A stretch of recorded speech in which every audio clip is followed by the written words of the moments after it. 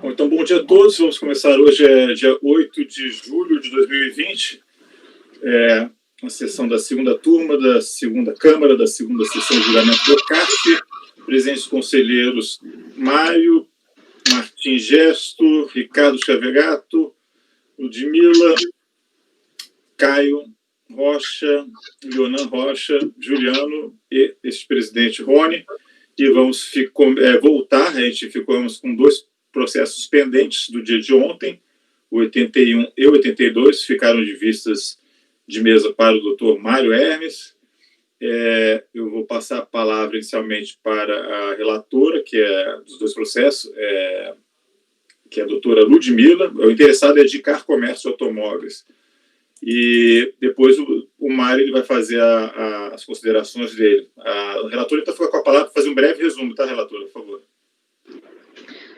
Bom dia. Então, conforme o presidente já relatou, esse processo ele veio retirado de ontem de uma vista a pedido do conselheiro Mário. Não sei se todos vão lembrar, mas o conselheiro Mário havia questionado, e na data de ontem eu tinha respondido que não, acerca de uma inovação recursal. Então, já até adiantando, em novo escrutínio, motivado pelas ponderações do conselheiro Mário, eu fiz uma nova análise do processo, e, de fato, eu constatei uma contradição interna que eu sanei numa minuta que está dentro da pasta que vocês estão vendo de hoje, da manhã. Então, está sinalizado como número 80, novo, em que eu proponho um novo encaminhamento diante da constatação, de fato, da existência de uma inovação recursal. Houve, de fato, não só uma mera réplica das razões da impugnação, mas o recorrente fez essa inovação e também se adentrou ao mérito da parte não inovada. Então, meu encaminhamento seria pelo conhecimento parcial do recurso e, de ofício, a declaração da decadência, porque eu não estou conhecendo também desse aditamento, porque não tem nem previsão para tanto. Eu acho que é o que conta relatar.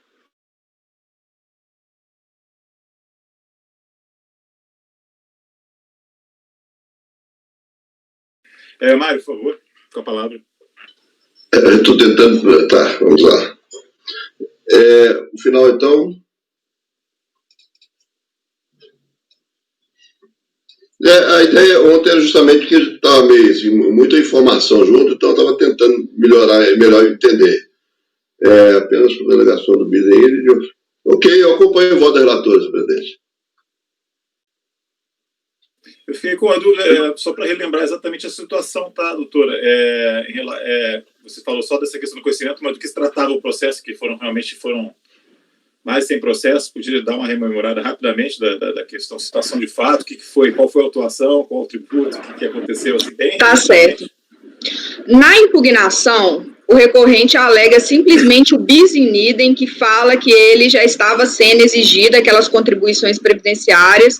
Aí acosta uma série de processos que a DRJ até apreciou essa alegação, eram questões de PIS e COFINS, questões que não tinham, de fato, nada relacionado com a lide que nós estamos apreciando agora, e em sede recursal, ele afirma, né, que não, para evitar prolixidade, iria replicar as razões declinadas na impugnação, que são única e exclusivamente essa suposta ocorrência do bis in idem, que ele já estaria sendo exigido isso em outros autos, em até execuções fiscais. Então, e ainda, aí ele declina algumas outras razões, não fica na mera réplica, e ainda acosta um laudo. E aí ele entra no mérito dessas exigências das contribuições que estão sendo lançadas aqui, que no caso, agora eu não lembro o que é, porque não tinha muito bem uma razão de mérito, mas já confirmando aqui, eram contribuições, segurado empregado, prolabore de alguns sócios. Então ele junta um laudo, que ele fala que o laudo faz um cotejo e que vê vários equívocos na autuação. Só que do escrutínio do laudo, que também só foi juntado em sede recursal, eu ainda que eu não conheça, né, da juntada desse laudo, esse laudo não acrescenta em nada no deslinde da controvérsia, porque são simplesmente réplicas de peças dos autos, não existe uma planilha elaborada com nenhuma dessas discrepâncias. Então, basicamente o que aconteceu foi isso, foi uma impugnação que falava apenas de bis in idem, e em sede recursal foi juntado um laudo, e em aditamento é suscitada uma decadência. Passado um mês do manejo do recurso voluntário, ele faz um aditamento e suscita a decadência, e de fato a parcela decaída. Ok. Alguém tem alguma dúvida, questionamento? Então, eu vou passar para a votação. Doutor Mário?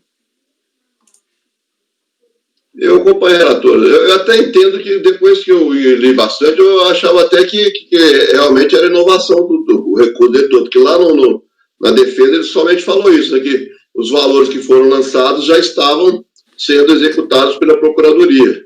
Né, e aí, na hora que ele vem com o recurso, ele traz um tanto de... Ele questiona o valor propriamente, que ele não tinha feito na impugnação. Ele só falava que estava cobrando 2 vezes porque já estava em execução.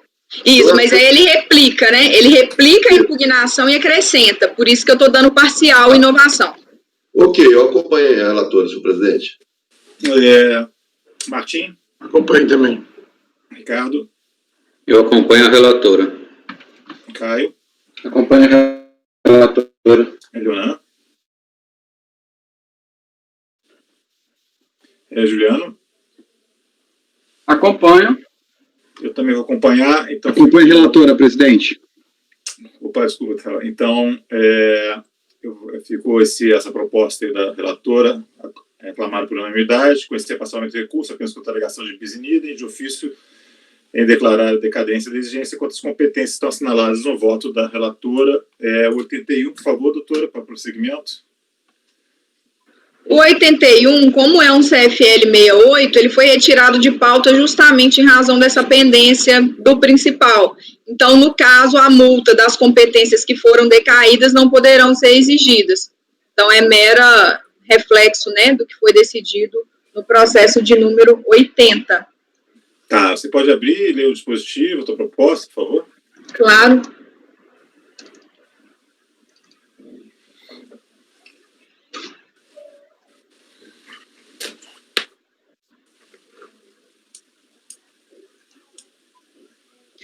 Então, tem até um erro material aí que eu coloquei, não conheço do recurso, ante o exposto, nego provimento ao recurso e de ofício, por causa do principal, que nós acabamos de apreciar, declara a decadência da exigência da multa para as competências que estão aí assinaladas.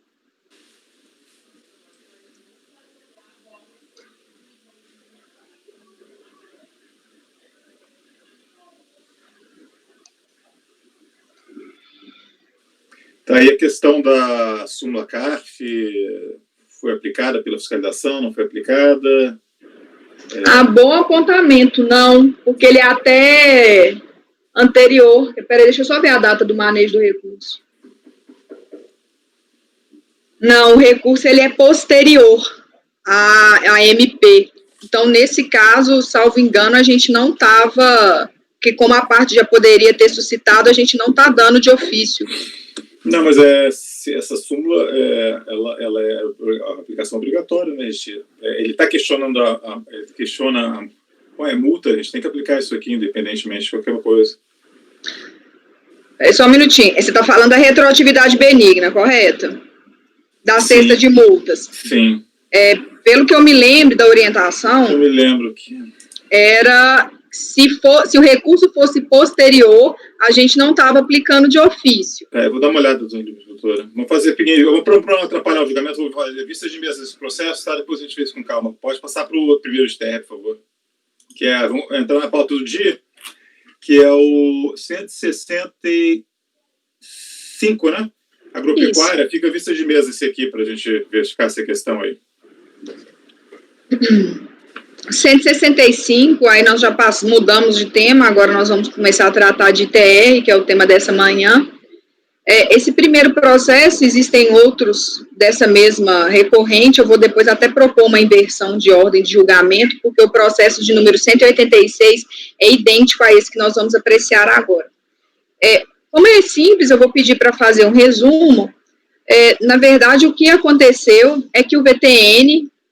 ele foi acatada a conclusão do laudo acostado pela recorrente, ainda em sede de fiscalização, Só que ela se insurge contra a fixação do VTN no valor que ela mesma aponta no laudo, afirmando que deveria ter sido feito com base nos dados constantes no CIPT. Na época que ela impugnou, ela ainda questionou a questão da aplicação da taxa Selic, o que não foi renovado em sede recursal, e em sede recursal ela pediu ainda, né, que fosse deferida a realização de sustentação oral.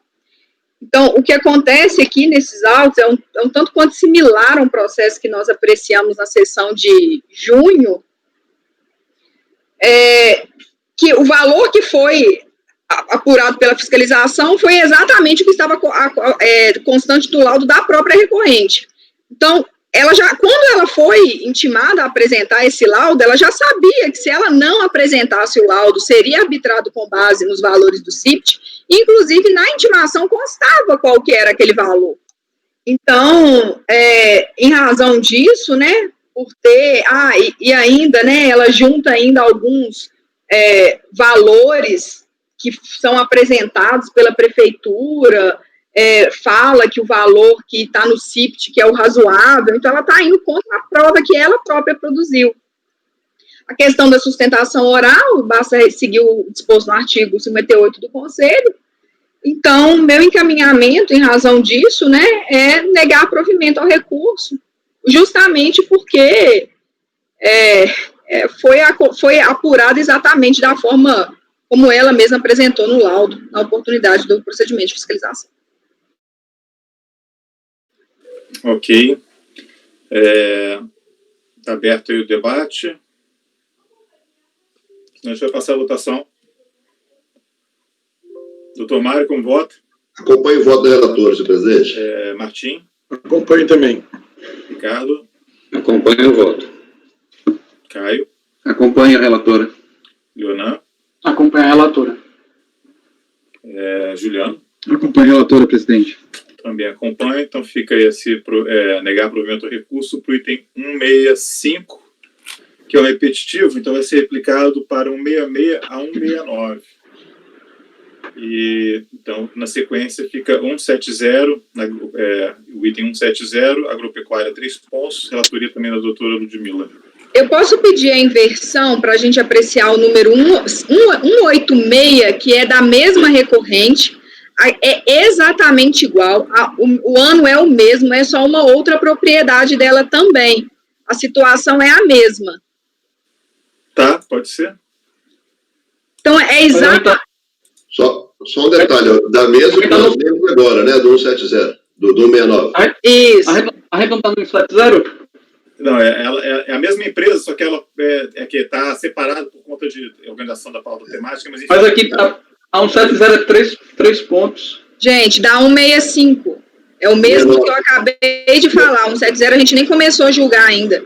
Dá 165, Iracema. A gente julgou 165, que tem repetitivo, 166 e 169. Tá? Isso. Agora é 170. Só que 170 tem um processo que ela... 185. Não, 165 é igual ao 186. Entendi. Aqui é o mesmo nome. Tá.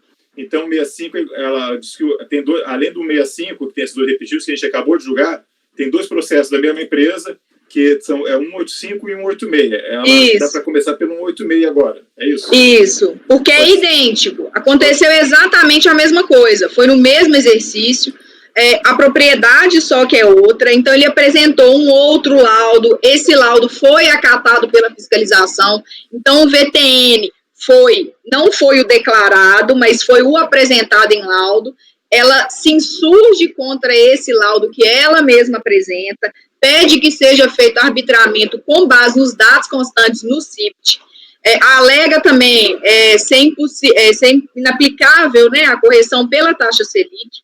Essa razão ela é abandonada em sede recursal, e em sede recursal ela pede a sustentação oral. Então, o encaminhamento é exatamente o mesmo. A única coisa que muda são os valores do VTN, como vocês poderão ver comparando os votos, que são propriedades distintas, mas a situação fática é a mesma. Então, o encaminhamento também é o mesmo de negar provimento ao recurso. Ok? Está aberto aí para dúvidas, esclarecimentos? Ninguém os tem, então eu vou passar a votação. Doutor Mário, como vota? Acompanho o voto da relatora, senhor presidente. Martim? Acompanho o voto da relatora. Ricardo? Acompanho o voto da relatora. Leonan? Caio, desculpa. Acompanho o voto da relatora. Leonan? Acompanho. Juliano? Acompanho o voto da relatora, presidente. Ok, eu também acompanho. Então fica esse resultado para o item 186, correto? Vamos passar para... Quer passar para o 85, é da mesma empresa também? Não, porque esse é diferente. Eu vou ter que propor uma resolução. Então, vamos apreciar na ordem mesmo, como foi orientado, né? Seguir a pauta. Então, vamos para 170. 170, eu acho que talvez só o conselheiro Mário, que eu acho que não vai concordar com o meu encaminhamento, que na verdade eu estou adotando, né, aqui como razões de decidir, buscando elementos em conclusões obtidas em âmbito judicial para a mesma área, referente a exercício diferente do que nós estamos apreciando aqui agora. O que aconteceu foi que a recorrente, ela foi autuada foi glosada a área de pastagem e o BTN arbitrado. Em sede de, a razão da DRJ, aí só narrando também, ela faz o recurso voluntário explicando as mesmas razões da impugnação. E depois de 5 anos do manejo do recurso voluntário, ela apresenta um complemento ao recurso voluntário apresentado anteriormente. E nesse complemento ao recurso voluntário, ela, mantendo a mesma linha de argumentação que ela estava tendo desde a primeira instância, ela pede juntada de algumas peças produzidas em âmbito judicial dessa mesma área, referente a outro exercício de um processo que já, inclusive, transitou em julgado. Acosta o laudo pericial judicial também, e esses documentos que são trazidos, a meu ver, contrapõem em larga medida as razões que a DRJ utilizou para negar provimento à impugnação à época. Então, esse é o relatório, basicamente. Eu vou pedir para passar a leitura do voto. Então, eu vou diferir a apreciação do preenchimento dos pressupostos de admissibilidade para falar da juntada posterior ao manejo do recurso voluntário. Então, consabido que todas as razões de defesa devem ser apresentadas na impugnação sob pena de preclusão, salvo se tratando das hipóteses do parágrafo 4º daquele mesmo dispositivo, né, isso é, impossibilidade de apresentação tempestiva por motivo de força maior, relacionada a fato ou a direito superveniente, ou que sirva para contrapor razões posteriormente trazidas aos autos. Tanto a peça impugnatória quanto o recurso voluntário foram interpostos em momento anterior ao manejo dos embargos à execução fiscal, que ocorreu em 20 de março de 2017, cujas peças são ora tidas como essenciais ao desate da controvérsia. Como a situação fática, ora relatada, se amolda à hipótese de exceção prevista na linha B do parágrafo 4º do artigo 16, eu estou deferindo a juntada dessas provas e conhecendo o recurso presente os pressupostos de admissibilidade. Talvez, presidente, que não seja juntada posterior ao recurso, e são peças tidas como essenciais, talvez seja importante colher a possibilidade dessa juntada, porque se a maioria entender como precluso, teria de dar outro encaminhamento de voto, porque as razões de decidir aqui, em larga medida, se escoram nessas peças que foram juntadas em aditamento ao recurso voluntário.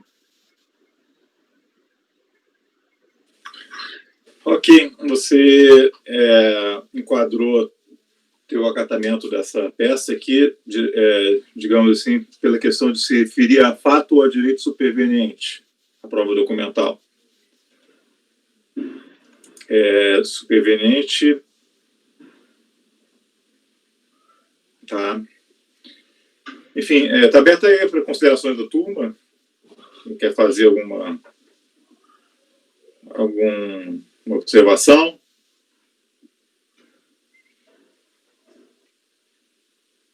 Então, vou passar a votação. Se o pessoal conhece ou não dessas peças. Doutor Mário?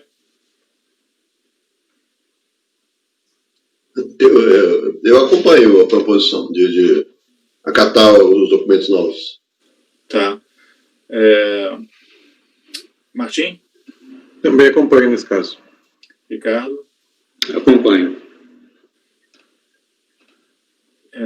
Caio? Acompanho. Leonan?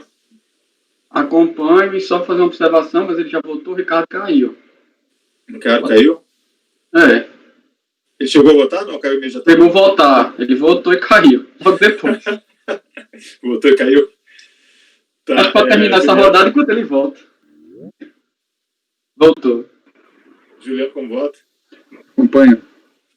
Tá. Então, bom, são peças... eu só digo assim, essas peças são documentos acostados, provas acostadas no processo judicial.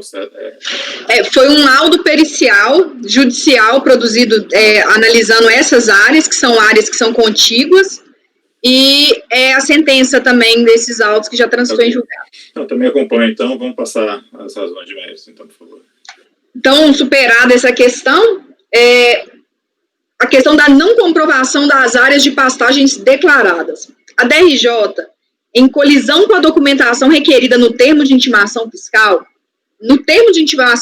foi requerido ficha de vacinação, demonstrativo de movimentação de gado e rebanho, nota fiscal de produtor. Aí a DRJ fala de laudo técnico, que foi algo que não tinha sido exigido. Eu fiz só essa anotação.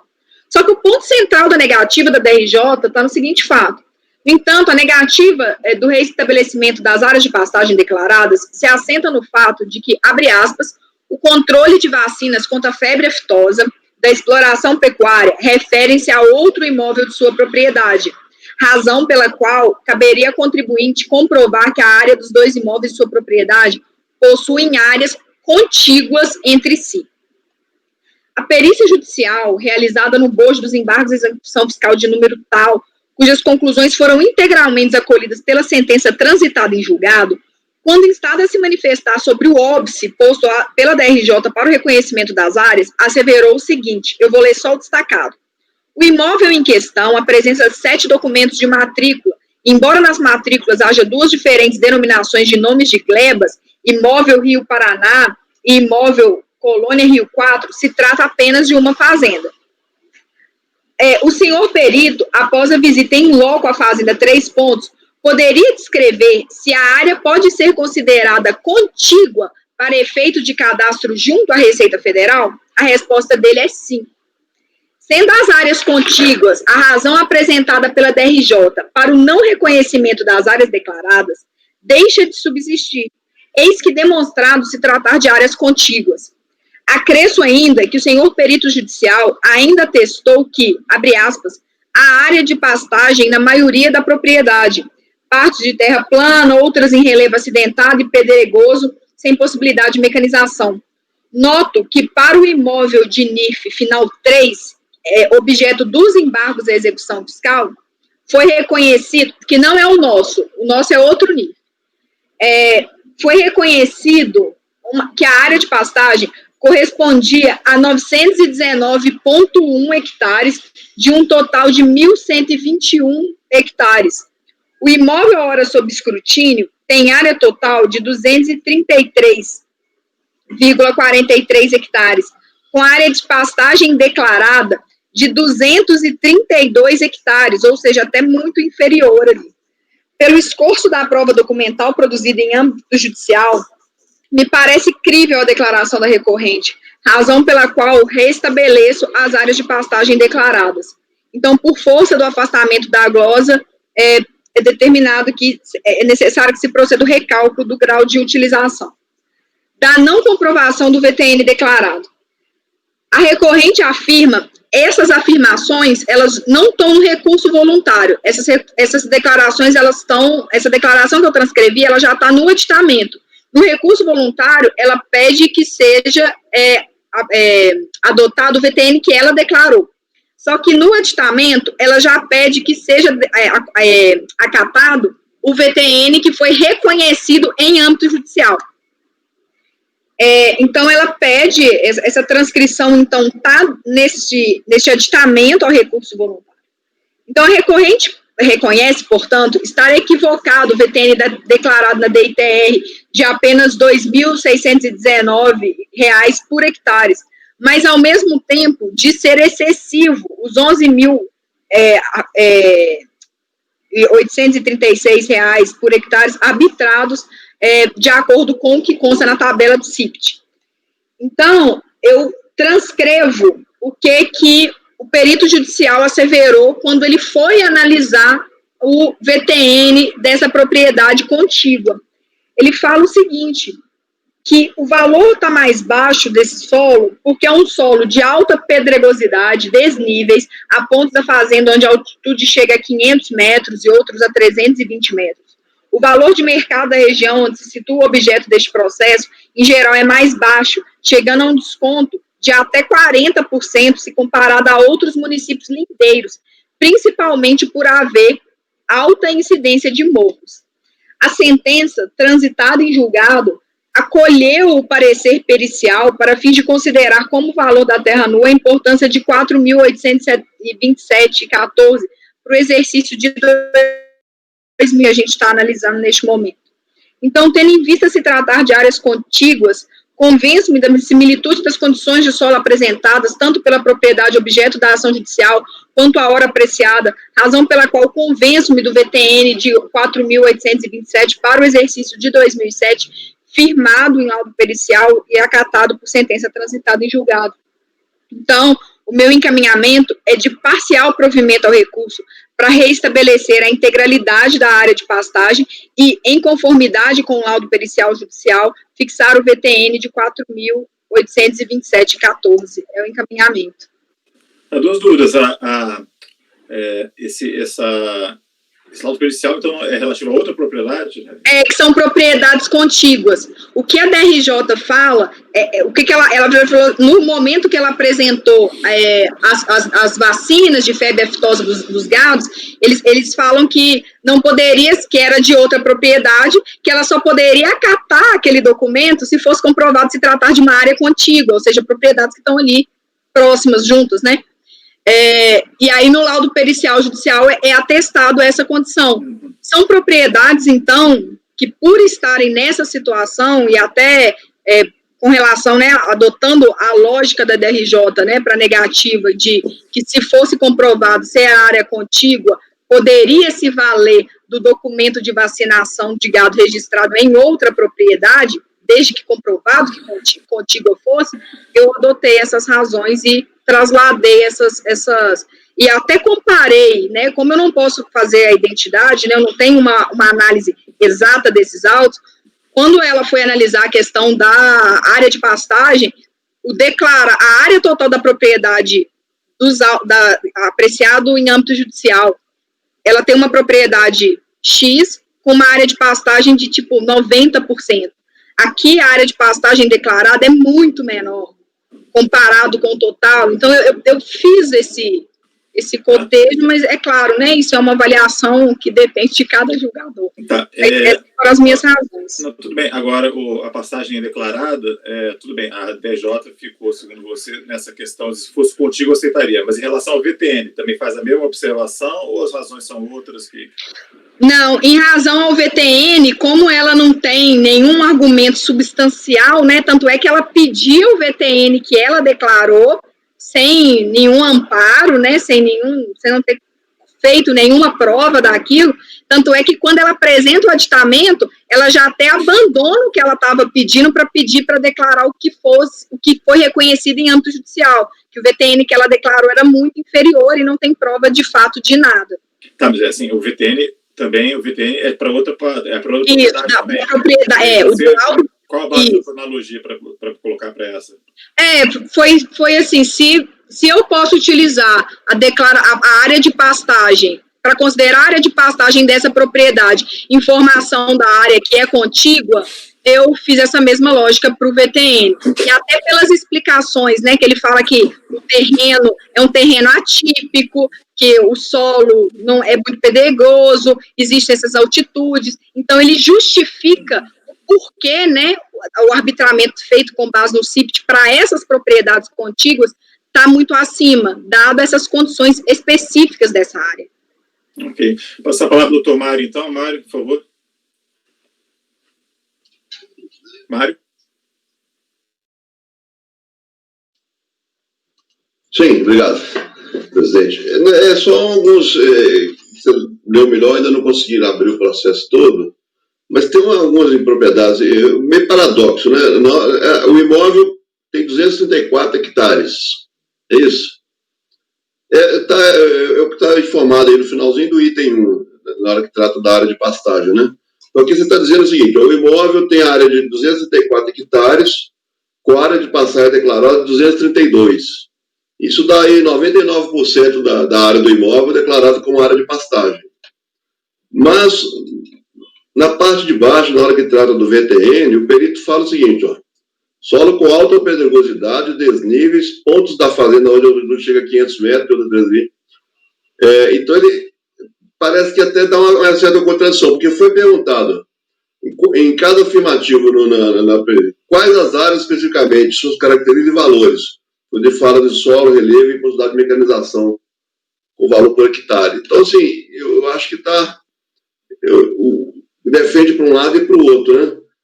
Eu acho que era bom, senhor presidente, talvez ter uma vista de mesa mesmo, para poder dar uma olhada melhor nesse laudo do perito, para ver se, mesmo essa questão de tratantes de outros imóveis também, né, não é só um, eu estou achando muito alta essa área de passagem, de 99%, e depois ele afirma que é altamente pedregoso, que então esconde até 40% do preço comparado com os municípios lindeiros, né?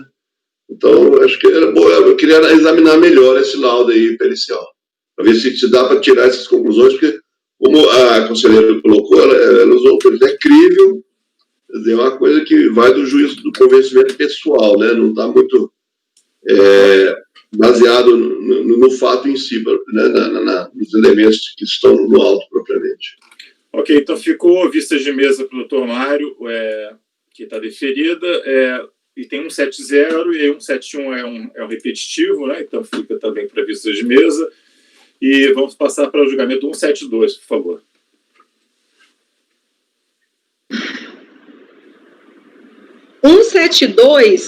A DRJ, na verdade, é uma autuação por VTN, não comprovação de VTN e nem de produtos vegetais e área de pastagem.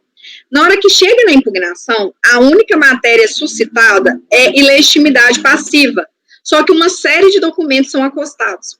A DRJ, ela não se ateve à alegação da ilegitimidade passiva e foi fazer a análise desses documentos. E é um laudo, né, de avaliação, que foi juntado em sede de impugnação. Quando a DRJ faz essa incursão nessa prova, ela acaba tratando de questões que não foram suscitadas pela recorrente, que só fala de VTN, de legitimidade passiva. Aí ela entra na questão de impossibilidade de modificação de ofício da DITR, que só poderia fazer a modificação se houvesse uma comprovação cabal de que não foi lançada aquela área e tudo. Aí o que acontece? Na hora que a DRJ faz isso, a recorrente, em grau recursal, ela já modifica o que ela havia declinado, né, em primeira instância, para, pegando carona, né, no que a DRJ fez, ela começa a pedir que fosse feito o reconhecimento de uma área coberta de floresta nativa e fala que na época ela não apresentou o ADA, que ela não sabia que tinha que apresentar esse ADA, então que haveria uma culpa concorrente entre ela e o fisco, porque o fisco aceitou essa declaração sem esse ADA, e que se tem um ADA posterior, é porque aquela área existia em época anterior. Acontece, né, eu vou até pedir para passar para ler o voto, porque é muito curto. Então, a matéria devolvida a esta instância revisora, ela não foi suscitada em sede de impugnação. Entretanto, a DRJ, ao apreciar a documentação acostada naquela oportunidade, extrapolou os limites da lide postos pela hora recorrente ao abordar a possibilidade de revisão de ofício pelas autoridades fazendárias das informações lançadas em DITR. Então, por essa razão, eu estou conhecendo o recurso presente nos pressupostos. Embora afirme existir uma questão preliminar, né, de ter certo, que uma questão preliminar, certo se tratar de matéria de mérito, comprovação cabal da existência da área de floresta nativa, de modo a viabilizar a correção de ofício da DITR. Como mostra ter ciência a própria recorrente, abre aspas, ninguém se escusa de cumprir a lei, alegando que não conhece, fecha aspas. Portanto, as explicações lançadas sobre o motivo de não ter oportunamente apresentado o ADA são incapazes de influir no desate da querela. Além disso, em que pese afirmar ter anexado o ADA referente ao exercício posterior ao recurso voluntário, não o fez. Então, eu supero ainda a impropriedade técnica da utilização de floresta nativa como área de preservação permanente para apreciar a documentação acostada, porquanto filime a corrente que admite que, para fatos geradores anterior à edição do Código Florestal, a apresentação de outras provas idôneas seriam aptas a comprovar a indigitada área de preservação permanente. O único laudo técnico que tem nos autos, as folhas 29 e 56, tem a finalidade de, abre aspas, determinação do valor de mercado de apuração, do valor de mercado para apuração do imposto, fecha aspas. Não servido, portanto, para testar a existência de área de preservação permanente. Então, inexistindo qualquer prova quanto à área que pretende que seja reconhecida, não há como se cogitar seja ultimada a retificação da DITR. Então, eu estou negando o provimento ao recurso.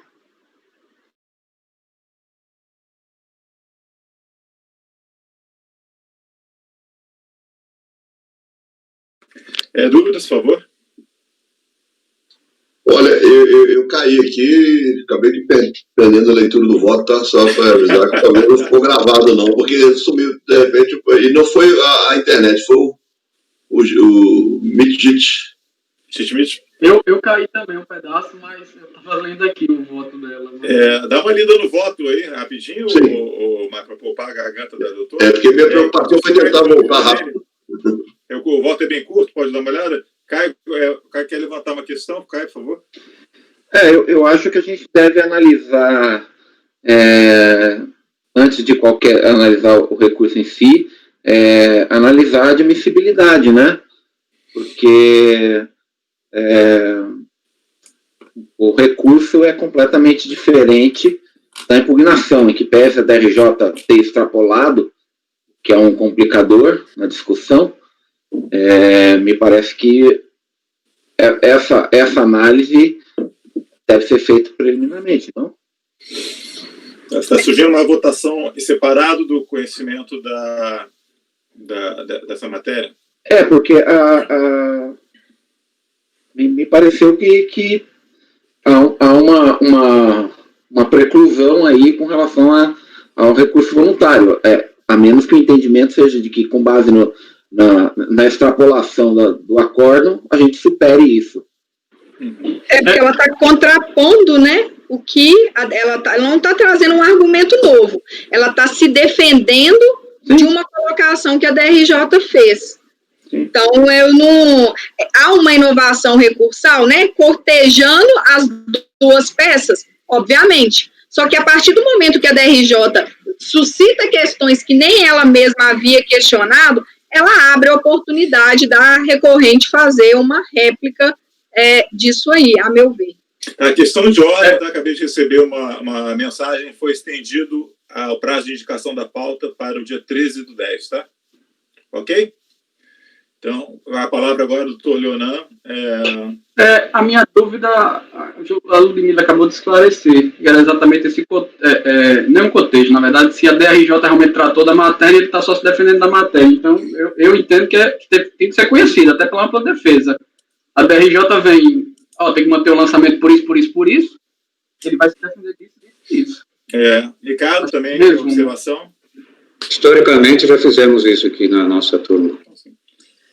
É observado. Concordo. A gente costuma fazer isso, tá, Caio? Geralmente, mas assim, evidentemente pode ter posicionamento, se quiser colocar a votação, né? É uma inovação que foi causada pelo... porque às vezes realmente a BDRJ ela traz para o contencioso determinados argumentos e aí fica... não deveria, né? Mas traz. Então tá tudo bem. Coloca, se a gente não analisa, também fica... Enquanto a gente se defende daquilo, se aquilo for uma inovação, né?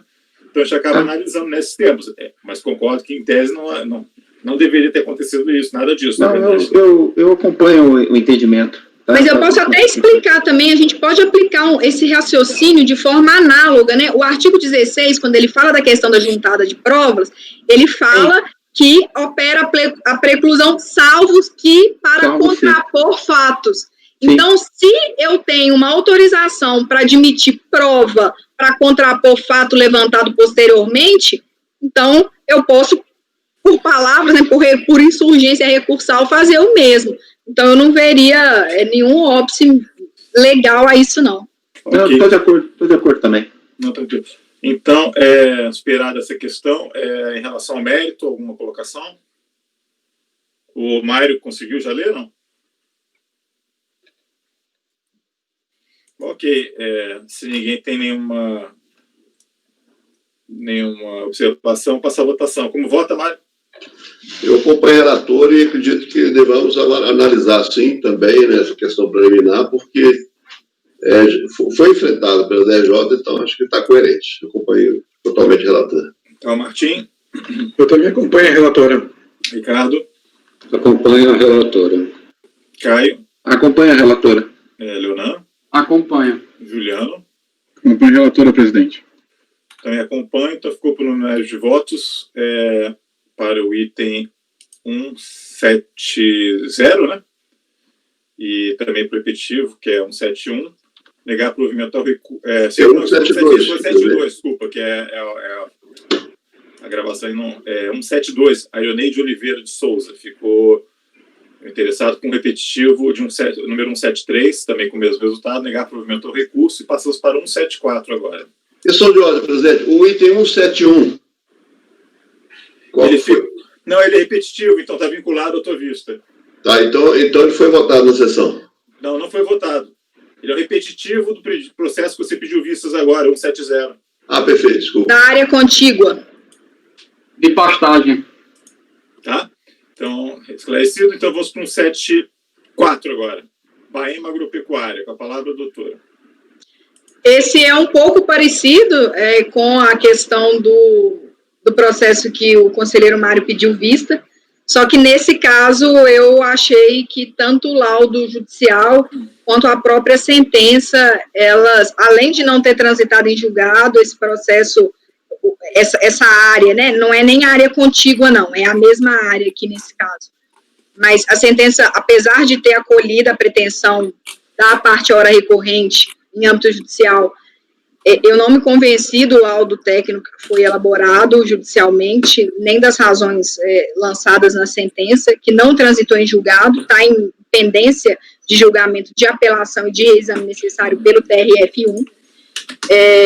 O que aconteceu nesse caso foi que houve uma autuação por ausência de comprovação de benfeitoria, preservação permanente, interesse ecológico e servidão florestal. Aí, quando a DRJ,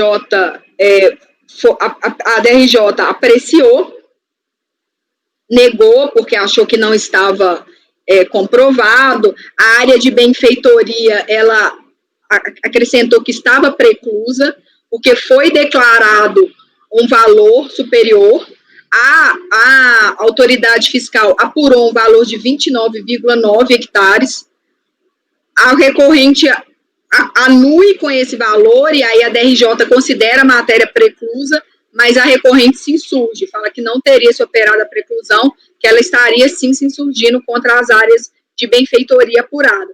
E na hora que chega em sede recursal, ela junta cópias de uma ação ordinária que foi ajuizada, de um laudo judicial que foi produzida naqueles autos, e da sentença que discute o ITR de 98, Aqui nós estamos analisando o ITR de 2005, dessa mesma propriedade.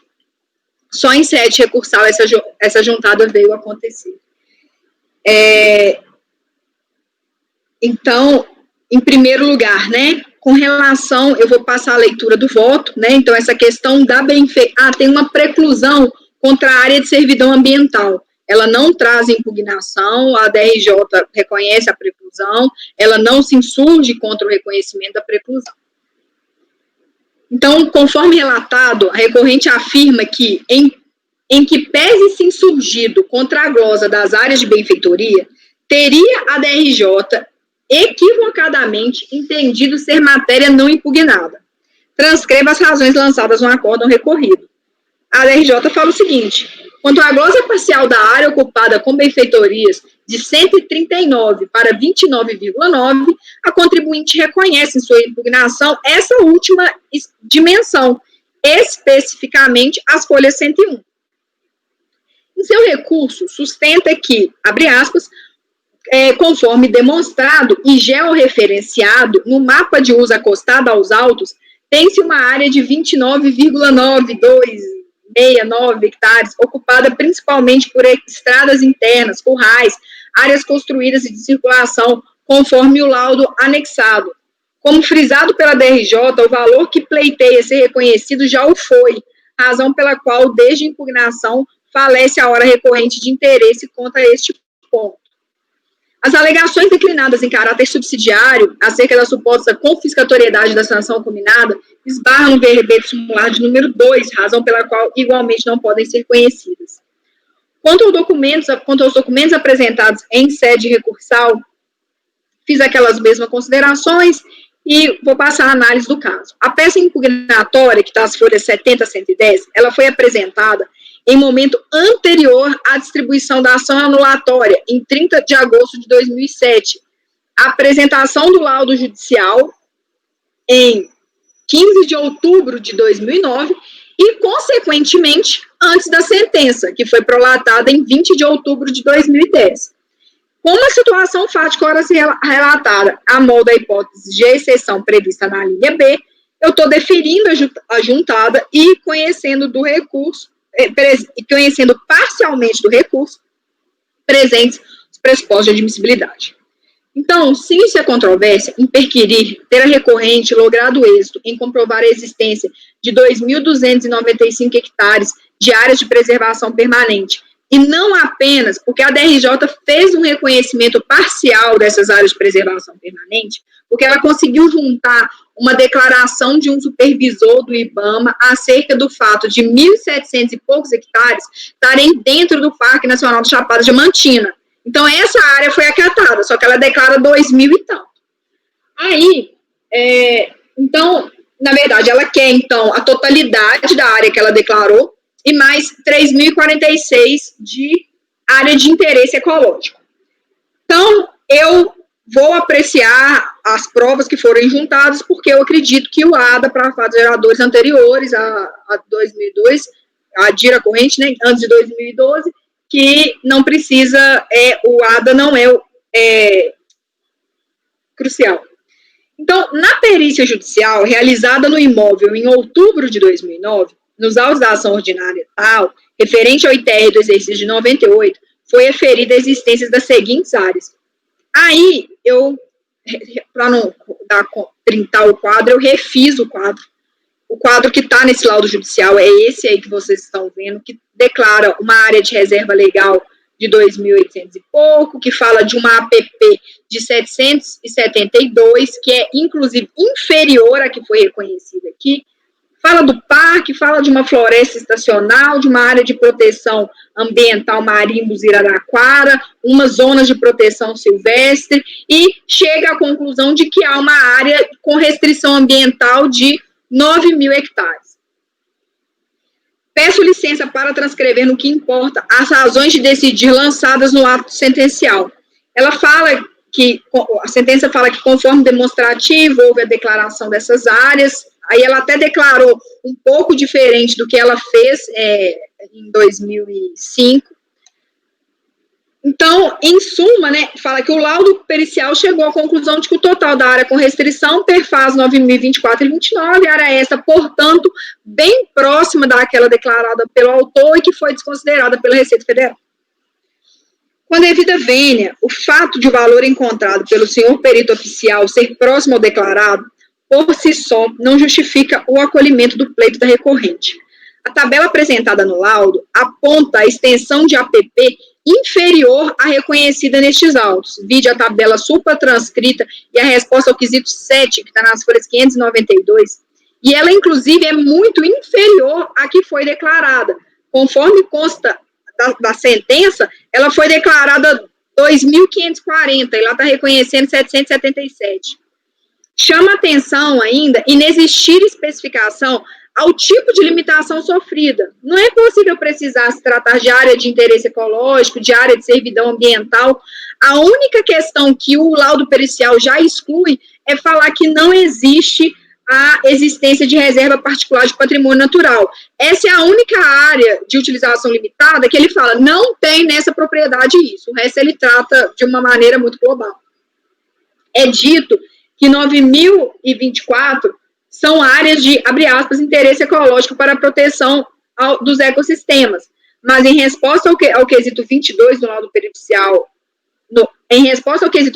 laudo pericial oficial, valor este muito superior, né, está mal construído aí. O laudo fala que tem 9.024. A declaração fala 3.046, ou seja, o laudo atesta uma área até 3 vezes superior à declarada. Eu acho que faltou, a meu ver, ali uma certa impropriedade de tratar essas áreas. Então, eu registro que, além de estar a sentença submetida ao reexame necessário, contra ela foi interposto recurso de apelação, ainda pendente de julgamento pelo TRF da primeira região, não tendo nem se operado os efeitos da coisa julgada, e a gente, por se tratar de anos, a gente nem estaria distrito, né, a colher aquelas conclusões. Pelas imprecisões, a meu aviso, existentes tanto na sentença quanto no laudo judicial, considero-as inaptas para amparar o pedido da recorrente. Então, eu conheço parcialmente do recurso, exceto quanto à discussão acerca das áreas de benfeitoria e da confiscatoriedade da sanção aplicada, para na parte conhecida negar-lhe provimento. Obrigado, doutora. Dúvidas? Posso? Eu fico na dúvida de quanto aceitar esses laudos judiciais, porque mesmo que a ação foi proposta depois, é uma ação de anulatória, né? Então ele já tinha conhecimento disso tudo, sabe, assim, e o resultado lá, é claro que está dando mesmo, você está negando provimento, né? Mas a gente está entrando numa discussão que depois pode mudar essa questão da justiça também, primeiro porque não há decisão judicial definitiva, né? E segundo, que é uma ação que ele propôs, então ele já tinha todos os elementos que não tinha o laudo, mas ele já poderia ter providenciado antes também. É só uma dúvidazinha, eu queria ver o que os colegas acham. Como é que você distingue essa tua observação de agora em relação naquele processo que a gente viu logo antes? Tinha também um laudo judicial que foi acatado, inclusive pelo doutor. Como é que você distingue essa situação? Mas já foi julgado, né? E lá foi um embargo de execução. Aqui está propondo ação anulatória. Uma certa diferença deles. Tá. Alguém quer se pronunciar?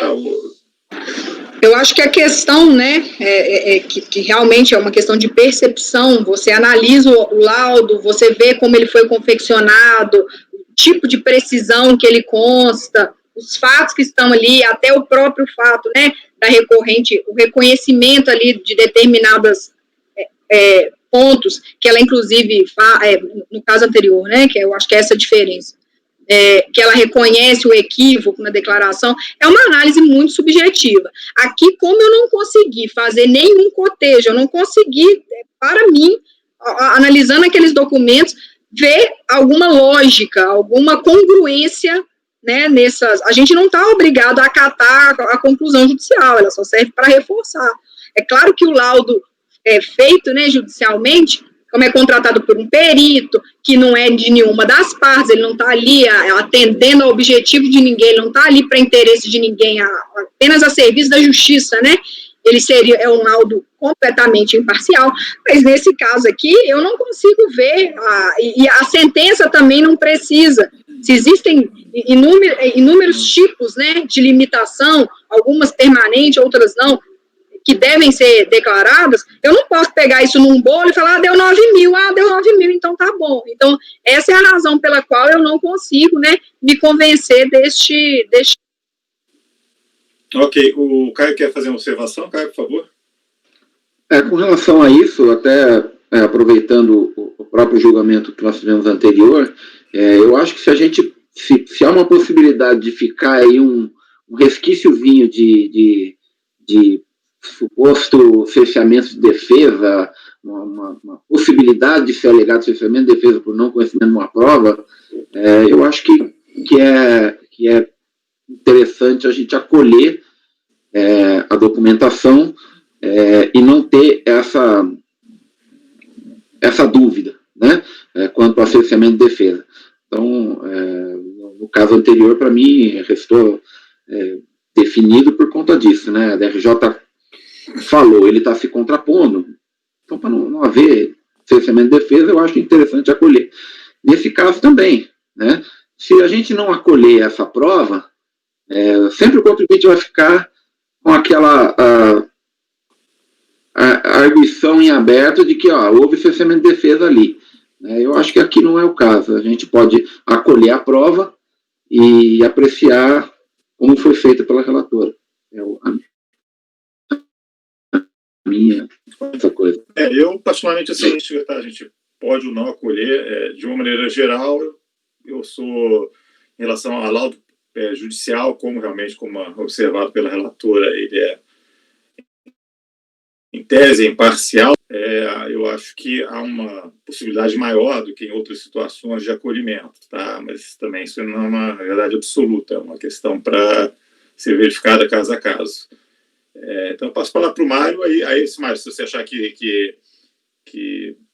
ficou satisfeito com as ponderações ou não ficou, se não ficou, a gente vai para a votação, senão a gente passa para a votação do cara. Ok.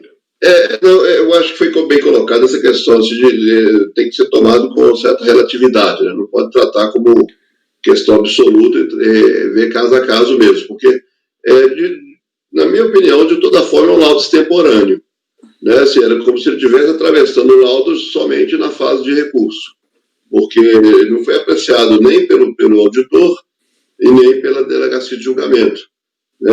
É fato superveniente? Sim e não, que poderia ter providenciado um laudo antes. Naquela outra situação, o fato superveniente era a sentença judicial. Nesse caso, é uma discussão judicial ainda, e ele está atravessando um laudo em um momento muito adiantado já do processo administrativo.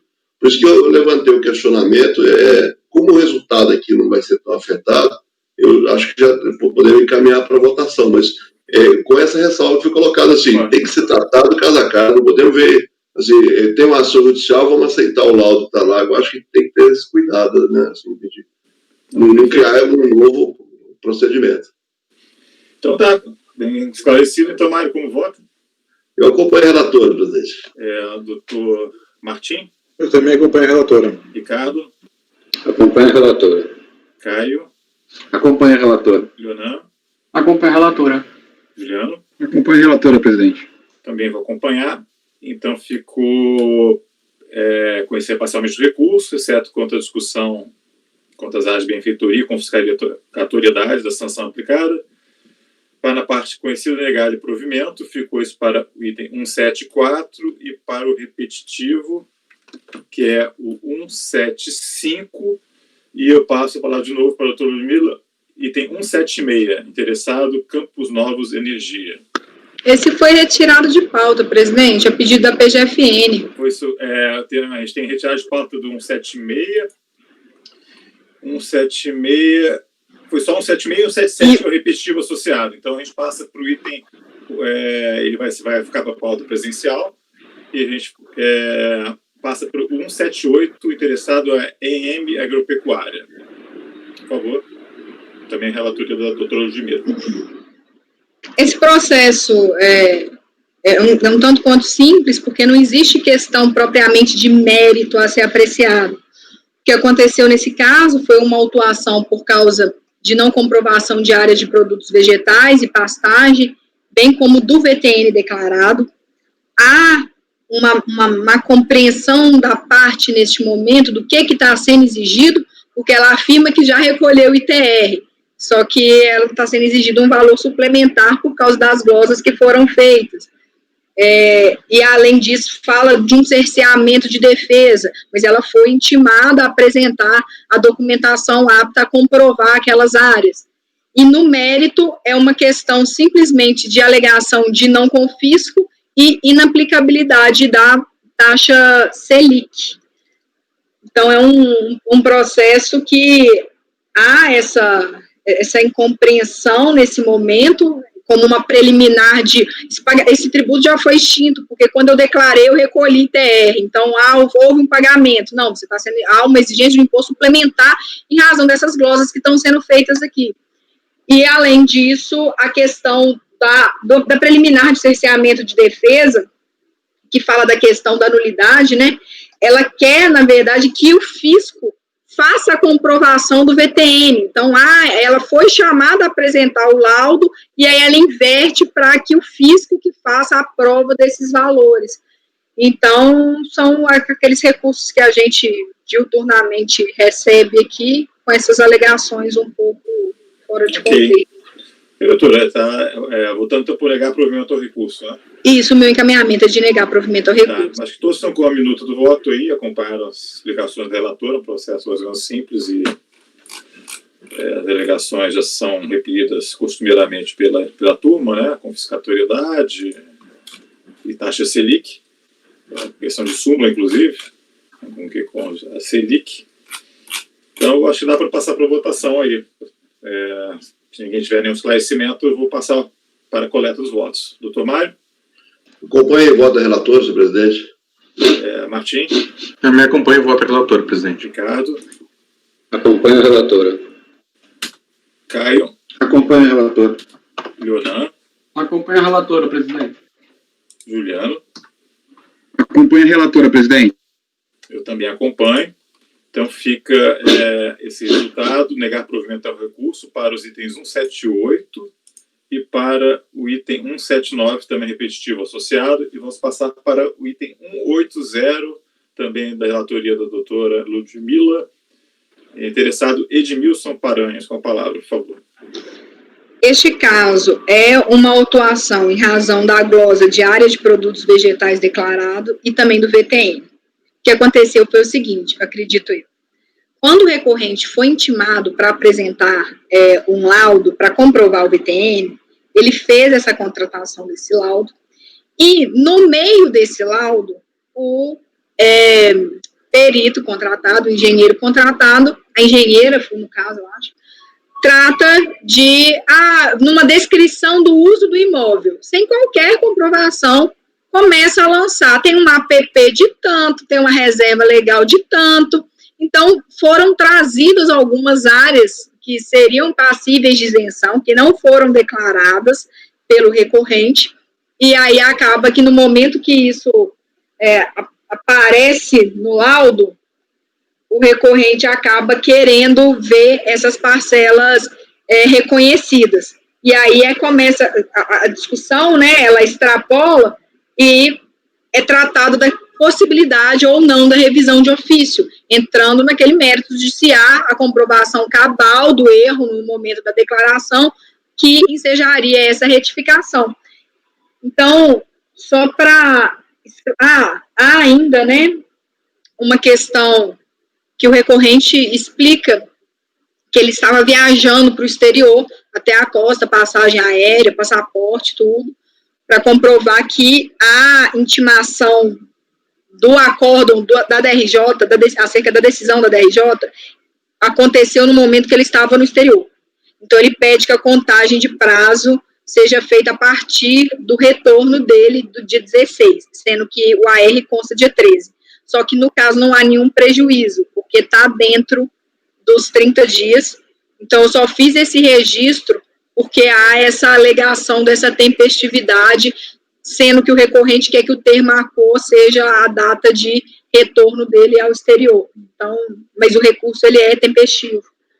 Há uma questão, né, do VTN arbitrado em razão do cerceamento de defesa.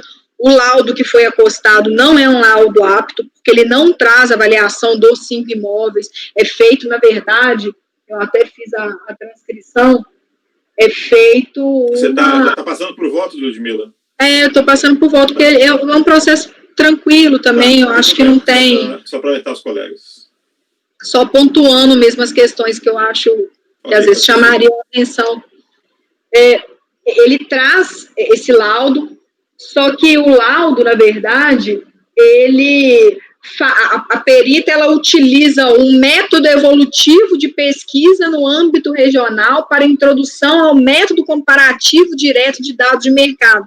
Mas ali não está sendo feita a análise daqueles 5 imóveis com características similares, explicando a metodologia utilizada. Então, esse laudo, a meu ver, é inapto. Na verdade, há uma crítica por parte do recorrente acerca do valor que foi arbitrado, não estou entendendo, minha defesa está sendo cerceada, mas consta dos autos e consta também da própria intimação que seria feito com base no CIPT, foi por aptidão agrícola, até ela está aí, as folhas 100. Então, essa nulidade que ele aventa, esse cerceamento de defesa, né, essas teses que vêm misturadas, muitas vezes, eu não consigo me convencer delas, porque não vejo, né, nenhuma demonstração de qualquer violação aos requisitos do artigo 11, nem nenhuma causa de nulidade no artigo 59, e a autuação correu dentro da legalidade como deveria. As áreas de preservação permanente de utilização limitada. Então, neste laudo de avaliação do VTN, que está, eu fiz a transcrição aí, que está na página 5 do voto, que fala da identificação e localização do imóvel. Aí, uso do imóvel, área permanente, 563,19. Então, ele pega esses valores que constam no laudo sem qualquer demonstração, sendo que é um laudo contratado para avaliação, e a perita faz essas afirmações, o recorrente quer ver esse reconhecimento de ofício. E outra coisa que é interessante anotar também, porque ele traz um decreto estadual falando que existe a área especial de interesse ecológico, de interesse turístico, que aquela área seria comprovadamente uma área de preservação permanente, porque o decreto falaria que o objetivo ali daquele decreto, daquela região, era manutenção do equilíbrio ecológico. Então, o fato de ser, né, uma manutenção do equilíbrio ecológico, de ter esse objetivo, não significa que aquilo ali era uma área de preservação permanente. Além disso, ele fala de uma questão de, se não fosse reconhecida a APP, ainda assim está comprovado que o imóvel há uma exploração de 65% da sua área total. Só que isso também é desamparado de qualquer prova, ele junta algumas notas fiscais para mostrar a compra de insumos, mas essas notas fiscais não são do exercício da autuação, então são aqueles processos que realmente há uma falha do recorrente em comprovar o que está sendo alegado. Então, o meu encaminhamento seria de negar provimento ao recurso. Ok, obrigado. Dúvidas? Então, vou passar a votação, então. Doutor Mário, como vota? Acompanho os relatores, presidente. Também acompanho a relatora, presidente. Ricardo? Acompanho a relatora. Caio? Acompanho a relatora. Leonardo? Acompanho. Juliano? Acompanho a relatora, presidente. Eu também acompanho, então ficou por unanimidade de votos. Negar provimento ao recurso, resultado também que, por força das temáticas repetitivas, vai ser replicado para o processo 181. A gente passa para 182, também da relatoria da doutora Ludmila, tem um pedido de sustentação oral, tá? Então, eu mandei o link pelo e-mail, tanto para o doutor Martim, quanto para a doutora Ludmila, pelo e-mail institucional do CARF, e o Mário já tinha recebido pela administração, porque eu estou com um problema aqui no computador, realmente não vou poder colocar esse link aí à disposição dos colegas, tá? Então, é sistemática. Em tese, esse link vocês podem entrar direto aplicar o botão direito nos 3 pontinhos e colar o link do YouTube ali, tá? Sem precisar fazer aquele procedimento mais complexo que foi feito da vez passada.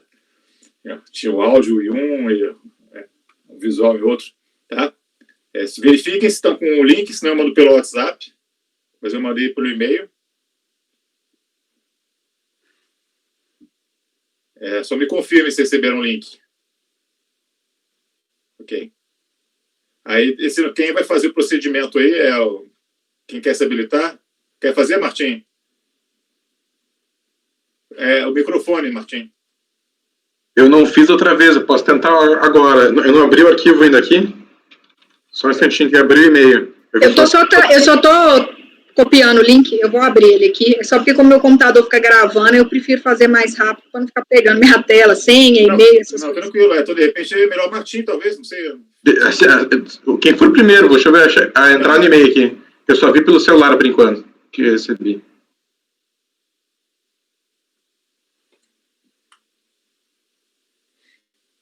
Qual é o número que vai ser agora? Tem 2 aqui, né, Rony? É o segundo, Agropecuária Curimã. É só apertar nos 3 pontinhos, daí deixa eu abrir o link aqui. Vai aparecer uma opção, porque aqui no meu, eu estou no tablet, não tem a nome, aparece essa opção, mas colar vídeo do YouTube, tem uma opção que é mais ou menos assim, tá vendo? Tá. Então é só colar o link lá e dar o play. Ok, deixa eu botar aqui então. Aí todos desligam o microfone, então, quando falar, ok, a gente desliga o microfone. Vou fazer agora, então. Tá, vamos desligar o microfone. Ilustre conselheiro presidente, ilustre conselheira relatora, nobres julgadores.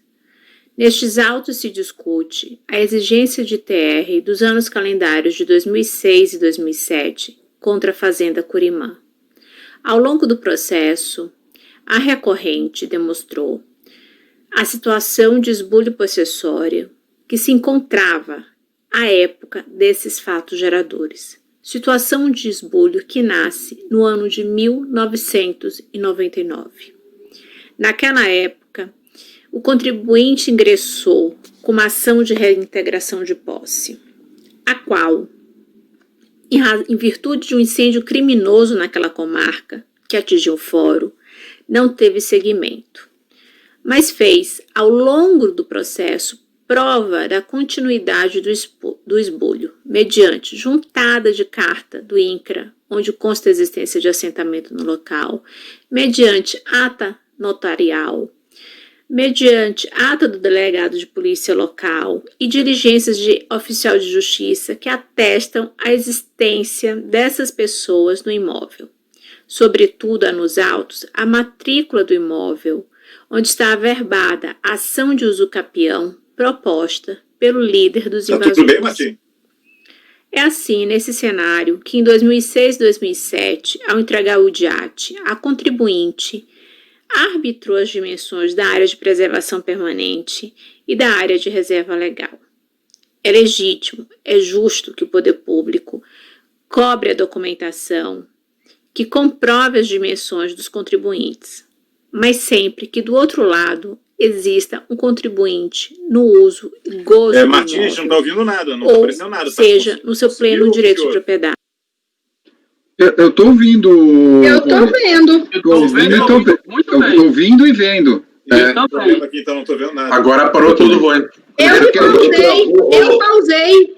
Rony. Na verdade, quem botou foi o Ludmila, não foi? Isso. Tá. Que botou? Questão de ordem. Não foi lido o relatório, foi? Não foi. Não foi lido o relatório, é verdade. Questão de ordem. Isso. Vamos fazer assim, ler o relatório, então. Ludmila, desculpa, foi falha aqui do presidente. Questão de ordem, ler o relatório. E eu vou tentar acompanhar aqui, momentaneamente, eu vou entrar pelo computador aqui do CAF, porque no tablet não está aparecendo. Não está aparecendo. Tá, mas aí a gente volta ou eu posso pausar de como está e eu leio o relatório e a gente continua. É pequeno. É uma sustentação de 4 minutos e Então, 34. se puder começar do início, que eu perdi, eu não estava conseguindo. Acho que o problema é aqui do tablet que não está conseguindo. Então, Tá, então, por favor.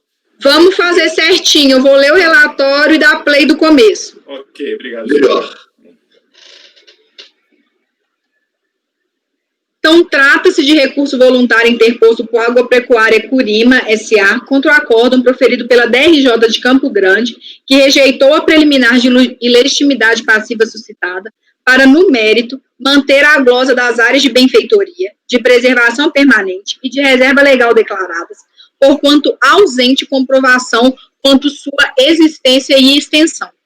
Ao apreciar as razões lançadas em sede de impugnação, de folhas 45 e 64, quedou a decisão recorrida assim emendada. Aí eu colacionei a ementa do acórdão da DRJ, que fala justamente do primeiro ponto não acatado da ilegitimidade passiva. Segundo a DRJ, o mandado de reintegração de posse de propriedade rural invadida, expedida pela Justiça na forma requerida, consolidaria a titularidade da propriedade e a concretização dos direitos do proprietário.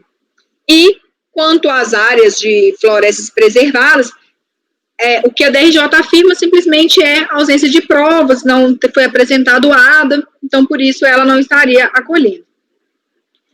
Intimada do acórdão, a recorrente apresentou, em 15 de 10 de 2013, o recurso voluntário de folha 141 a 164, arguindo em apertada síntese que, 1. A perda involuntária do imóvel devido à ocupação e à inércia do Estado em cumprir a liminar podem ser comprovados por meio de averbação realizada na matrícula do imóvel rural, bem como na correspondência do INCRA relativa à desapropriação do imóvel. 2.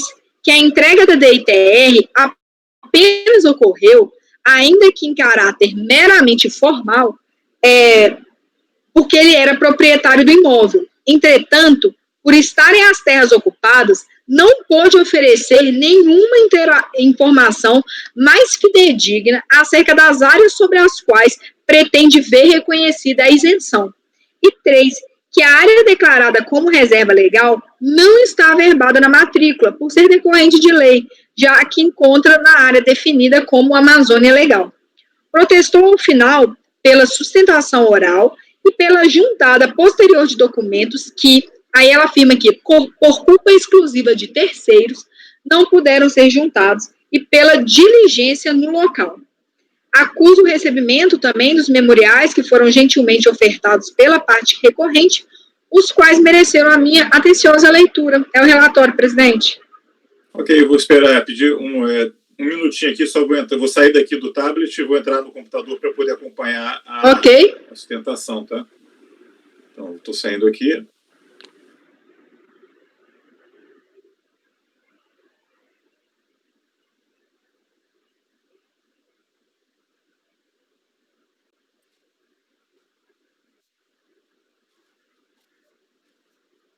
Ok, já estou. Pode dar início à reprodução. Ilustre conselheiro presidente, ilustre conselheira relatora, nobres julgadores. Nestes autos se discute a exigência de TR dos anos calendários de 2006 e 2007 contra a Fazenda Curimã. Ao longo do processo, a recorrente demonstrou a situação de esbulho possessório que se encontrava à época desses fatos geradores. Situação de esbulho que nasce no ano de 1999.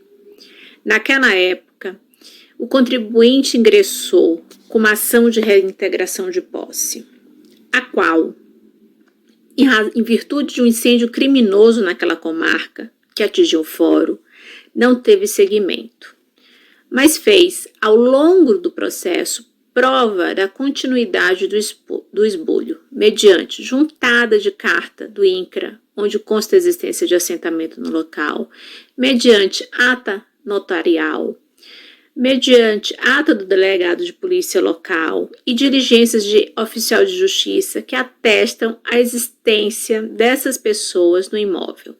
Sobretudo, há nos autos a matrícula do imóvel, onde está averbada a ação de usucapião proposta pelo líder dos invasores. É assim, nesse cenário, que em 2006 e 2007, ao entregar o DIAT, a contribuinte arbitrou as dimensões da área de preservação permanente e da área de reserva legal. É legítimo, é justo que o poder público cobre a documentação que comprove as dimensões dos contribuintes, mas sempre que do outro lado exista um contribuinte no uso e gozo do imóvel, ou seja, no seu pleno direito de propriedade, o que não é o caso dos fatos aqui narrados.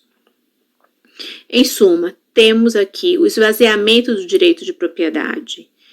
Temos um contribuinte que, em não tendo no DIAT um local para lançar que sua terra estava invadida, arbitrou áreas isentas. Não é exigível conduta diversa, como já dizemos anteriormente. E nesse sentido, reproduzo aqui julgado da Câmara Superior de Recursos Fiscais para situações semelhantes. Entre o proprietário do imóvel rural, o titular do domínio útil e o seu possuidor a qualquer título, a eleição do contribuinte não é um ato discricionário da Fazenda Nacional. Ele deve necessariamente recair sobre aquele com relação pessoal e direta mais robusta com o imóvel rural. Ora, nessa hipótese, a relação direta é com a família, com as famílias de invasores que estão lá há mais de uma década. Com a invasão do movimento sem terra, o direito da recorrida ficou tolhido de praticamente todos os seus elementos. Não há mais posse e nem possibilidade de uso ou fruição do bem. Consequentemente, não havendo exploração do imóvel, não há a partir dele qualquer tipo de geração de renda ou de benefícios para a proprietária. Assim, é inexigível o ITR diante do desaparecimento da base material, do fato gerador e da violação dos referidos princípios da propriedade, da função social da propriedade e da proporcionalidade. Trata-se de julgado cujo relator foi o conselheiro Moisés Giacomelli Nunes da Silva, processo 109.80.00.2212.2001/88.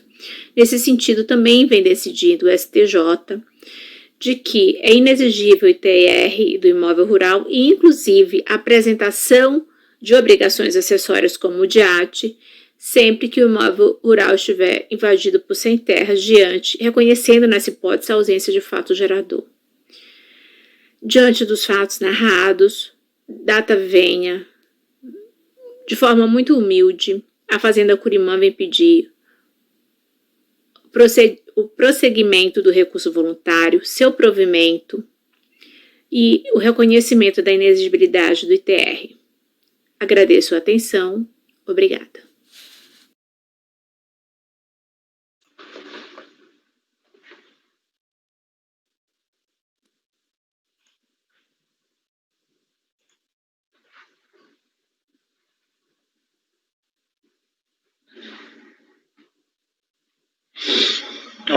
Ok, obrigado.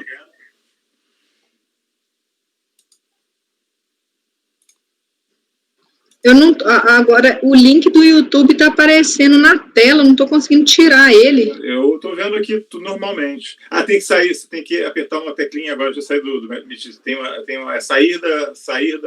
Parar, achei. Conseguiu? Sim. Tá ótimo. Então, podemos prosseguir o julgamento também, já voltei para o tablet aqui, né, porque o computador no carro eu preciso para ver os processos. Enfim, passa a palavra para... todos escutaram, né, eu creio. Então, vamos passar para o voto da relatora, então. Só esclarecendo essa questão, ela já foi apreciada aqui, meu voto em larga medida replica até alguns trechos do voto do conselheiro Martim, que apreciou recentemente uma questão idêntica a essa que nós estamos apreciando agora.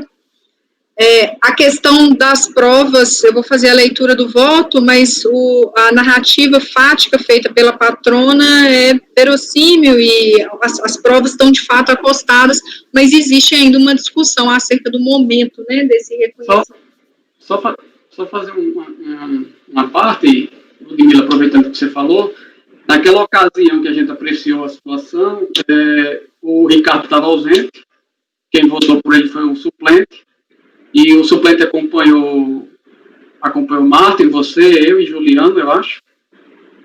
E foram vencidos Marcelo, que já saiu, e o Rony e o Caio, eu acho. Mas como não tem... O Caio não estava não, né? Não, Caio não. Eu acho que nem eu estava, viu? Tava não, né? Foi a votação apertada. Mas de toda sorte, né, ainda que naquela oportunidade alguém tivesse convencido de uma forma ou de outra, né, há sempre a possibilidade de mudar de opinião, principalmente diante do contexto fático, probatório que está aqui, mas eu agradeço essas considerações e eu vi isso mesmo.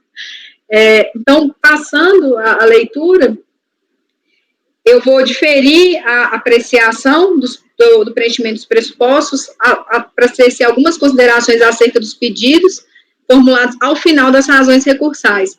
Então, a sustentação oral, a patrona fez, de acordo com o artigo 58 do regimento interno deste Conselho. A apresentação de documentos em sede recursal deve ser feita, né, no momento da impugnação, sob pena de preclusão. A recorrente assevera, sem tecer maiores considerações, que os documentos não foram oportunamente apresentados por culpa exclusiva de terceiros. Talvez aqui, até eu não coloquei isso no voto, mas agora, prestando atenção na sustentação oral, talvez ela queira dizer que ela não apresentou por causa do incêndio, porque teve, de fato, um incêndio mesmo. Só que, como não tece mais considerações, eu não acabei acolhendo isso, não. Entretanto, a meu aviso, a carta expedida pelo INCRA, apresentada em grau recursal, se pretende a contrapor a afirmação da DRJ de que a ilegitimidade passiva não poderia ser reconhecida, eis que não teria sido, aí aqui eu colaciono o trecho de decisão da DRJ, que fala que não foi apresentado nenhum documento, tais como certidão de cartório, ofício do INCRA ou da polícia, seja federal ou civil, atestando que, de fato, houve inércia por parte do Estado para referida execução do mandado ou até mesmo recusa, como afirmado na impugnação. Então, constato ainda que a averbação da matrícula do imóvel, que é um outro documento que foi juntado, ocorreu em abril de 2013, isso é, quase 3 anos após o manejo da impugnação. Por se enquadrar as situações, as situações ora apreciadas dos permissivos contidos nas alíneas B e C, o que é prova para contrapor o fato trazido pela alegação da DRJ, do artigo 16, eu estou deferindo a juntada desses documentos apresentados em sede recursal. E eu conheço também do recurso porque estão presentes os pressupostos de admissibilidade. Em caráter preliminar, arguiu ser a recorrente parte ilegítima para figurar no polo passivo da relação tributária ao argumento de que teria sido o imóvel objeto da autuação ocupado por sem terras. Na qualidade de vogal, aderiu ao posicionamento do conselheiro Martim da Silva Gesto, no sentido de que falece de legitimidade passiva o proprietário de imóvel rural que tem o bem invadido por trabalhadores sem terra. Registro ainda, como lançado naquela oportunidade, abre aspas, e aí eu colaciono o trecho do voto do conselheiro Martim, o direito tributário não pode se afastar da realidade fática, devendo ser considerado que a perda da posse de fato como o momento em que o contribuinte perde o direito de usar e fruir do seu imóvel, sendo apenas proprietário, porque foi trazido, né, um acórdão da Câmara Superior que estava justamente discutindo essa questão, e o conselheiro Martim colocou essas ponderações que eu acabei aderindo à época e continuo aderindo. Tal entendimento, a meu aviso, está em consonância com o precedente colhido do Colégio Superior Tribunal de Justiça, no sentido de que, abre aspas, com a invasão do movimento do sem terra, o direito da recorrida ficou tolhido de praticamente todos os seus elementos. Não há mais posse, possibilidade de uso ou fruição do bem. Consequentemente, não havendo a exploração do imóvel, não há, a partir dele, qualquer tipo de geração de renda ou de benefícios para a proprietária. Isso foi um acórdão de 2009, de relatoria do ministro Mauro Campos. Fixadas essas premissas, eu passo a análise da documentação acostada. Segundo o recorrente, o imóvel está ocupado por diversas famílias desde o segundo semestre de 1999. Tal fato é comprovado pela certidão emitida pela Delegacia de Polícia Civil de Tomé Açu, no Pará, que ora transcrevo no que importa. Aí está lá o seguinte: certificamos a existência de diversas famílias instaladas há mais de 10 anos no perímetro da Fazenda Curimã, Curimã, de propriedade da empresa Curimã Agropecuária, situada às margens do rio Acaçá-Mirim. Tais famílias se comportam como titulares do imóvel, não tendo a polícia vislumbrado em suas diligências e rondas pela região da fazenda qualquer atividade econômica ou produtiva, ou mesmo a presença de qualquer elemento representante ou funcionário da empresa naquele imóvel, o que leva a autoridade policial a certificar que naquela área existe, de fato, um assentamento rural. Não houve cumprimento do Estado da decisão liminar proferida em ação de reintegração de posse em decorrência de um incêndio criminoso que aconteceu no fórum que destruiu os autos conforme determinação judicial, a averbação na matrícula do imóvel objeto de autuação, para que não fizesse qualquer alteração na escritura pública em razão de ação civil de uso capião. Essa certidão, essa determinação, essa averbação está nas folhas 176. Consta dos autos ainda ofício expedido em março de 2007 pelo Ministério do Desenvolvimento Agrário, Instituto Nacional de Colonização e Reforma Agrária, da Superintendência Regional do Paraná, que deixa claro que até aquele momento, ou seja, em 2007, posterior ao fato gerador aqui, que aconteceu em 2006. Ele fala, esse ofício, que até aquele momento o imóvel encontra-se ocupado por 74 famílias de agricultores sem terra, com posse há mais de um ano, além de que existe uma ação feita pelo senhor Valdemir Veras, ação de uso capião no processo tal, da comarca de Tomé-Açu, que o processo refere-se à desapropriação por interesse social para fins de reforma agrária. A fazenda não está cumprindo, né, o que determina a lei referente. Então, por estar convencida pela documentação carreada aos autos de encontrar óbice para exercer quaisquer direitos inerentes à posse e à propriedade, reconheço ser a recorrente parte legítima para figurar no polo passivo da relação tributária. Então, ante o exposto, eu estou acolhendo essa preliminar para dar provimento ao recurso. Ok, obrigado, doutora. Eu vou só... Bom, a situação fática, para a doutora está bem clara que tem uma ocupação contemporânea ao fato geradores.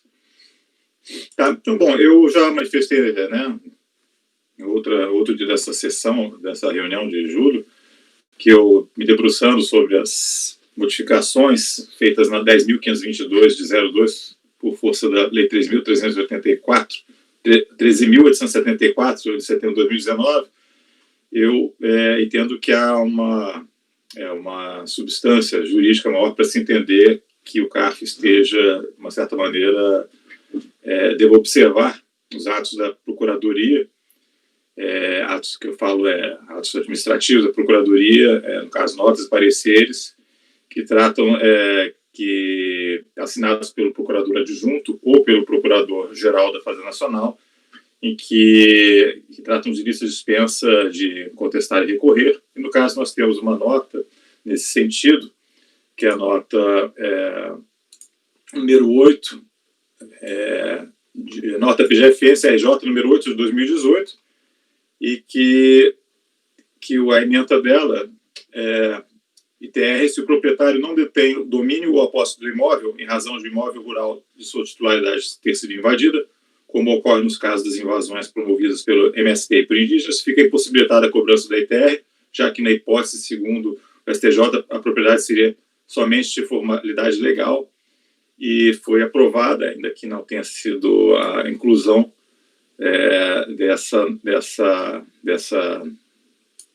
desse encaminhamento na lista de dispensas de contestar e recorrer.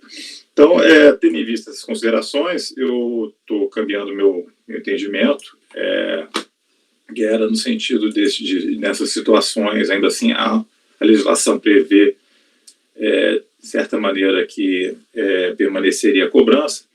Então, já digamos que na parte, pelo menos, de direito, eu estou aderindo aí ao posicionamento da relatora. Eu passo a palavra aí, depois eu vou fazer uma declaração de voto, mas não nesse processo, provavelmente nos processos de ARA, que esse processo eu votei, esse tipo de situação eu votei uma vez só, não vou complicar. Mas se tiver alguma coisa, no caso de Ada, talvez eu faça. Provavelmente eu vou fazer, né? Já deixei meio pronto uma declaração de voto. Mas vou passar a palavra para o doutor Mário, que está pedindo aí. Por favor, Mário. Umas questões até de fato mesmo, né? Esse é o ofício que o presidente colocou essa questão, que não há dúvida quanto à ausência de posse ou propriedade. O ofício do IBAMA, ele fala o seguinte: com posse há mais de um ano, além do que existe uma ação. Então, ele fala posse há mais de um ano, mas não é uma coisa muito precisa. Parece que ele é datado de março de 2007, e o fato gerador do ITR é janeiro de 2006, né? Então, acho que ele é bem vago. Posse há mais de um ano. Mais de um ano pode ser um ano e um dia, pode ser 10 anos. E, além disso, ele cita aí, além do que existe uma ação feita pelo seu uso campeão. O uso campeão é uma coisa que de 30 anos, né, ou 5, dependendo da situação. Então, elas são contradizentes. Uma coisa é falar que tem uma invasão e juntamente com a ação do campeão. Então, a posse foi perdida há muito mais tempo, se efetivamente procedente à ação de uso campeão. Então, por que a empresa está entregando o DITR se ela nem exercia direito de posse nenhum, em tese, né, porque tem uma ação de uso campeão? E, além disso, essa questão da posse colocada aí, muito vaga, a partir de quando? Sabe? Por que ela está entregando a DITR? Então, essa questão de fática mesmo, se ela detinha ou não efetivamente naquele momento, eu acho que ainda não estaria bem definida. Ok. Doutora, por favor. Como eu coloquei no voto, né, é uma análise de vários elementos, né? Se a gente analisar tão somente o ofício do INCRA, que inclusive ele foi juntado em contraposição a uma alegação trazida pela DRJ, eu concordo, conselheiro, que de fato, 2007, é de março de 2007 há mais de um ano. O que é? Qual que é exatamente o tempo, né? Mas aí nós temos outros elementos. A gente tem uma averbação de que está tendo essa ação de uso campeão, nós temos declaração da polícia falando que existe, e o assentamento, o dimensionamento do assentamento em todas as declarações é o mesmo. Esse senhor que propôs a ação de uso campeão, ele, nos autos, né, da ação de uso campeão, nas declarações que a gente vê, né, o líder desse assentamento. Então, por ter outros elementos que convergem, na declaração da polícia, fala que está há muitos anos. Nessa ação de uso campeão, que já é relatado, que é feita, inclusive, uma determinação judicial para que não se proceda a nenhuma alteração na escritura pública, por causa dessa ação que está tramitando. Então, em razão de todos esses elementos, né, a questão da impossibilidade, ela tentou reintegrar a posse, só que esse mandato nunca veio a ser cumprido, como também está atestado aos autos que houve um incêndio criminoso no fórum e o processo foi perdido.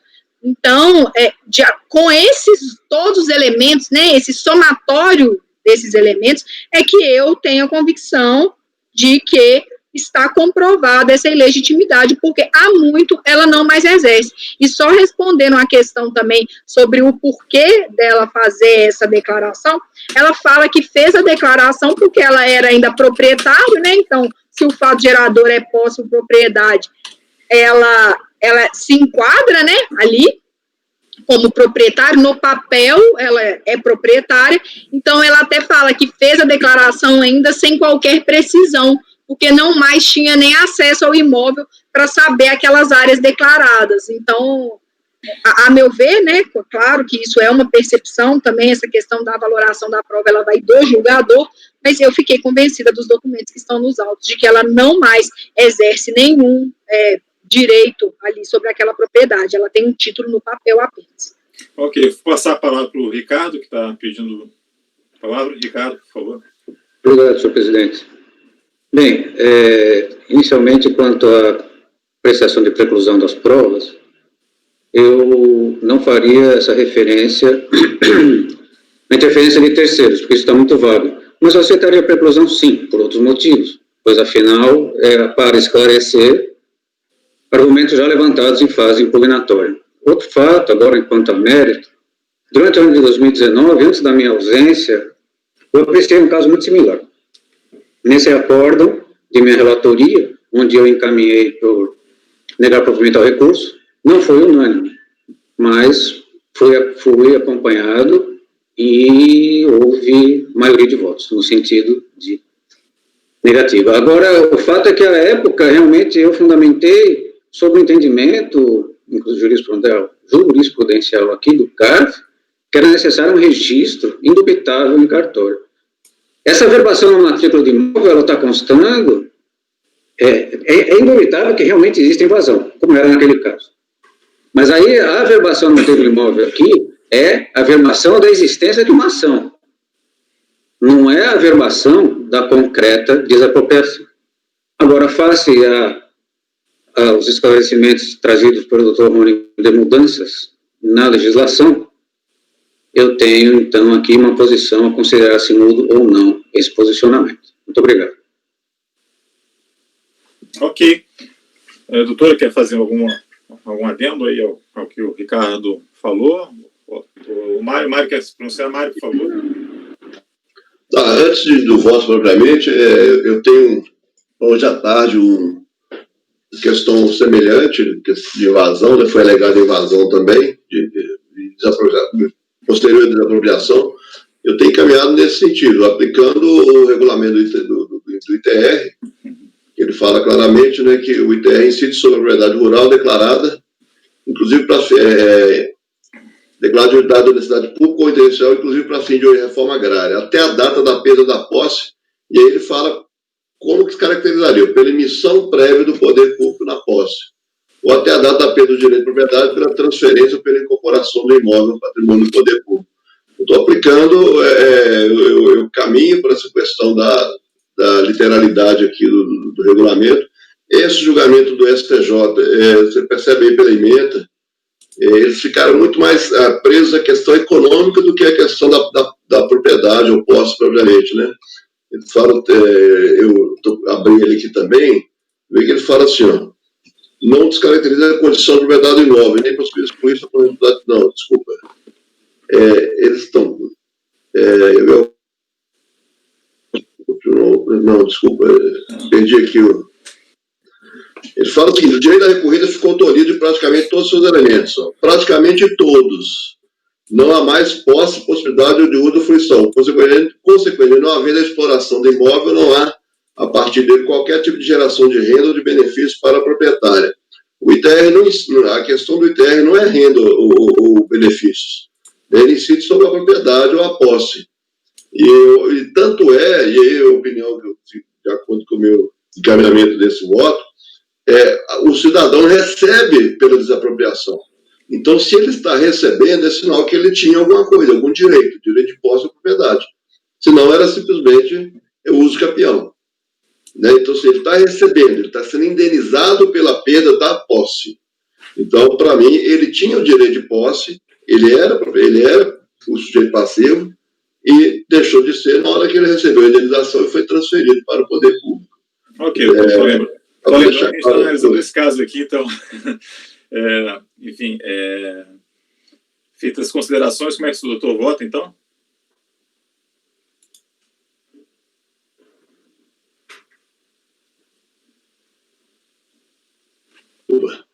Eu encaminho para negar provimento ao recurso. Ok. Martim? Com a relatora. Ricardo? Eu vou ainda manter minha posição e acompanho a divergência levantada pelo Dr. Emerson. Ok. Caio? Eu acompanho a relatora. Leonardo? Eu já tinha me manifestado outras vezes sobre o mesmo temático, eu acompanho a relatora, ademais, aí sim, eu acho até que a gente, na verdade, aqui nesse ponto, independente de ser conselheiro indicado pela Fazenda ou pelos contribuintes, como tem ato da Procuradoria da Fazenda, na verdade a gente não teria nem discrecionalidade, simplesmente a gente tem que aplicar a legislação nova, a gente está vinculado, a meu entender, mas enfim, já é uma forma como eu vinha votando. Eu acompanho a relatora, enfim. Juliano? Acompanho a ilustre relatora, presidente. Tá.